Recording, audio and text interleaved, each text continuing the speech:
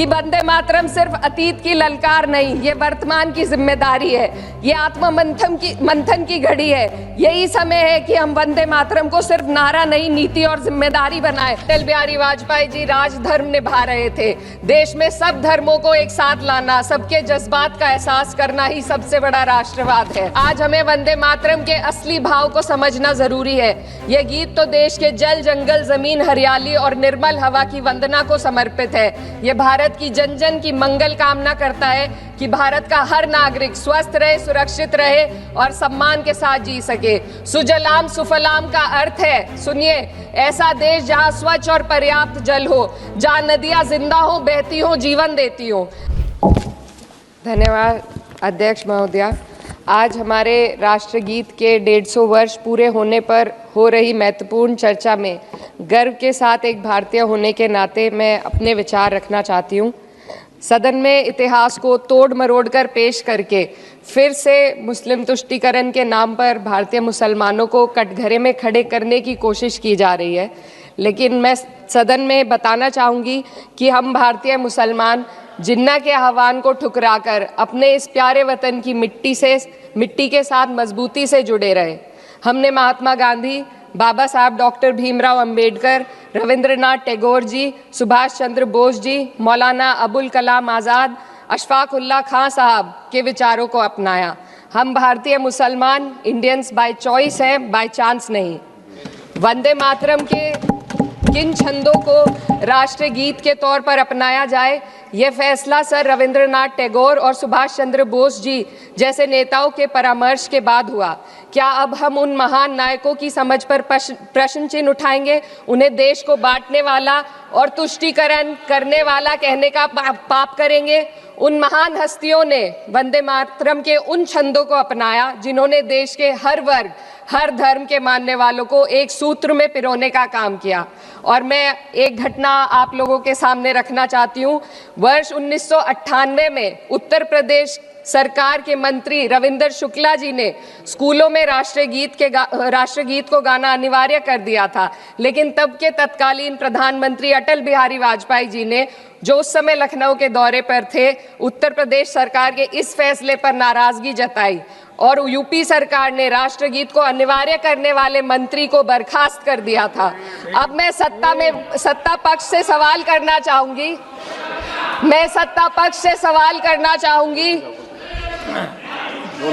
बोलने दीजिए। मैं सत्ता पक्ष से सवाल करना चाहूंगी कि जो विजन आजादी के समय के लोगों का था, राष्ट्रगीत को स्वेच्छा पर छोड़ने का, उसी का अनुसरण माननीय अटल बिहारी वाजपेयी जी ने किया, तो क्या वे भी मुस्लिम तुष्टीकरण कर रहे थे? जी नहीं, अटल बिहारी वाजपेयी जी राजधर्म निभा रहे थे। देश में सब धर्मों को एक साथ लाना, सबके जज्बात का एहसास करना ही सबसे बड़ा राष्ट्रवाद है। माननीय अध्यक्ष महोदया, आज हमें वंदे मातरम के असली भाव को समझना जरूरी है। यह गीत तो देश के जल, जंगल, जमीन, हरियाली और निर्मल हवा की वंदना को समर्पित है। यह भारत की जन जन की मंगल कामना करता है कि भारत का हर नागरिक स्वस्थ रहे, सुरक्षित रहे और सम्मान के साथ जी सके। सुजलाम सुफलाम का अर्थ है, सुनिए, ऐसा देश जहां स्वच्छ और पर्याप्त जल हो, जहां नदियां जिंदा हो, बहती हो, जीवन देती हो। अध्यक्ष महोदय, लेकिन अब जरा यमुना का हाल देखिए। दिल्ली प्रदूषण नियंत्रण समिति की 2025 की रिपोर्ट बताती है कि यमुना के कई हिस्सों में बीओडी स्तर 127 mg पर लीटर है तक पहुंच चुका है, जबकि किसी जीवित नदी के लिए ये 3 mg पर लीटर से कम होना चाहिए। ये सिर्फ नदी का संकट नहीं है, ये किसान का संकट है। नमामि गंगे के नाम पर हजारों करोड़ रुपए खर्च हो गए, लेकिन सच्चाई ये है कि आज भी गंगा और यमुना के किनारे किसान मजबूरी में उसी जहरीली पानी से खेती कर रहा है। वही जहर अनाज में उतरता है और वही जहर किसान की जिंदगी को धीरे धीरे खत्म कर देता है। अध्यक्ष महोदय, जब पानी जहर हो जाएगा तो सुजलाम कैसे होगा? जब किसान बर्बाद होगा तो सुफलाम कैसे होगा? मलयज शीतलम, मलय का अर्थ है मलय पर्वत से बहने वाली ठंडी, सुगंधित, चंदन जैसी हवा जो जीवन देती है, बीमारी नहीं। आज मैं इस सदन से पूछना चाहती हूँ, क्या आज के भारत की हवा मलयज शीतलम है? नहीं अध्यक्ष जी, बस संसद से बाहर कदम रखिए, एक गहरी सांस लीजिए। ये चंदन की महक नहीं, ये जहर है जो आपके हमारे फेफड़ों में उतर रहा है। दुनिया के 20 सबसे प्रदूषित शहरों में से 13 भारत में है। दिल्ली की हवा में सांस लेना मानो रोज 20 सिगरेट पीने जैसा हो। भारत हर साल सर्दियों में जहरीली हवा के प्रकोप में घिर जाता है। AQI गंभीर स्तर पर आ जाता है। ठंडी हवा का सपना अब गैस चेंबर की हकीकत बन चुका है।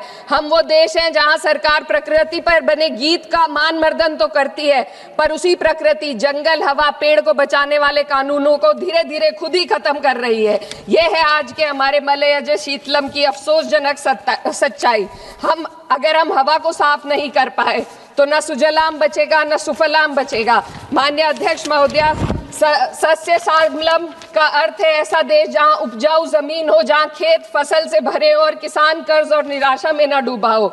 आज किसान सिर्फ मौसम से नहीं लड़ रहा, वह प्रदूषण, नीतियों की बेरुखी और सिस्टम की नाइंसाफी से लड़ रहा है। एक तरफ कॉरपोरेट के लोन माफ होते हैं, दूसरी तरफ किसान को उसकी वाजिब MSP भी नहीं मिल पाती है। आप ग्लोबल सुपर पावर बनने की बात करते हैं, लेकिन हमारी पर कैपिटा इनकम दुनिया में 136वें नंबर पर है। हम अपने छोटे पड़ोसी देश से भी पीछे हैं। हमारे लोग $2,500 तक भी नहीं कमा पा रहे एक साल में, और जिन अरबपतियों की ये रक्षा करते हैं वो इतना पैसा एक सेकंड में कमा लेते हैं। आज वंदे मातरम को बुनियाद बनाकर राजनीति की जा रही है, लेकिन जमीन पर जंगल पूंजीपतियों को सौंपी जा रही है। आदिवासियों को उनके घरों से उजाड़ा जा रहा है। मातरम में जो मात्रा माता है वे सिर्फ मातृभूमि की वंदना नहीं, वे इस धरती की हर नारी, वे इस देश की हर बेटी, हर महिला के सम्मान की बात भी करता है। लेकिन आंकड़े अगर आप देखेंगे, NCRB की हाल की रिपोर्ट के अनुसार, मैम जसवंत के अनुसार देश में हर वर्ष लगभग 30,000 से अधिक बलात्कार हो रहे हैं। यानी एक दिन में 80 से अधिक महिलाएं यौन हिंसा का शिकार होती हैं, और ये सिर्फ दर्ज मामले हैं। जब जम्मू कश्मीर की एक बच्ची हिंसक अत्याचार का शिकार होती है, जब सत्ता से जुड़े लोगों पर आरोप लगते हैं और कार्रवाई वर्षों लटक जाती है, जब उन्नाव की पीड़िता लखनऊ के दरबार में इंसाफ को लेकर अपनी जान देने पर आमादा होती है, जब बिल्किस बानो के अपराधियों का सरकार के लोग द्वारा स्वागत किया जाता है, तो ये घटनाएं वंदे मातरम की आत्मा पर चोट पहुंचाती है। मैं अध्यक्ष महोदया बस यही कहना चाहती हूँ अपनी बात को अंत में रखते हुए कि वंदे मातरम सिर्फ अतीत की ललकार नहीं, ये वर्तमान की जिम्मेदारी है। ये आत्म मंथन की घड़ी है। यही समय है कि हम वंदे मातरम को सिर्फ नारा नहीं, नीति और जिम्मेदारी बनाएं। और अपने जज्बात को मैं आलमा इकबाल साहब के तराना हिंद के साथ इस सदन में रखना चाहती हूँ कि सारे जहां से अच्छा हिंदुस्तान हमारा, हम बुलबुले हैं इसके, ये गुलसिता हमारा, मजहब नहीं सिखाता आपस में बैर रखना, हिंदी है हम, वतन है हिंदुस्तान हमारा। श्रीमती लवली आनंद।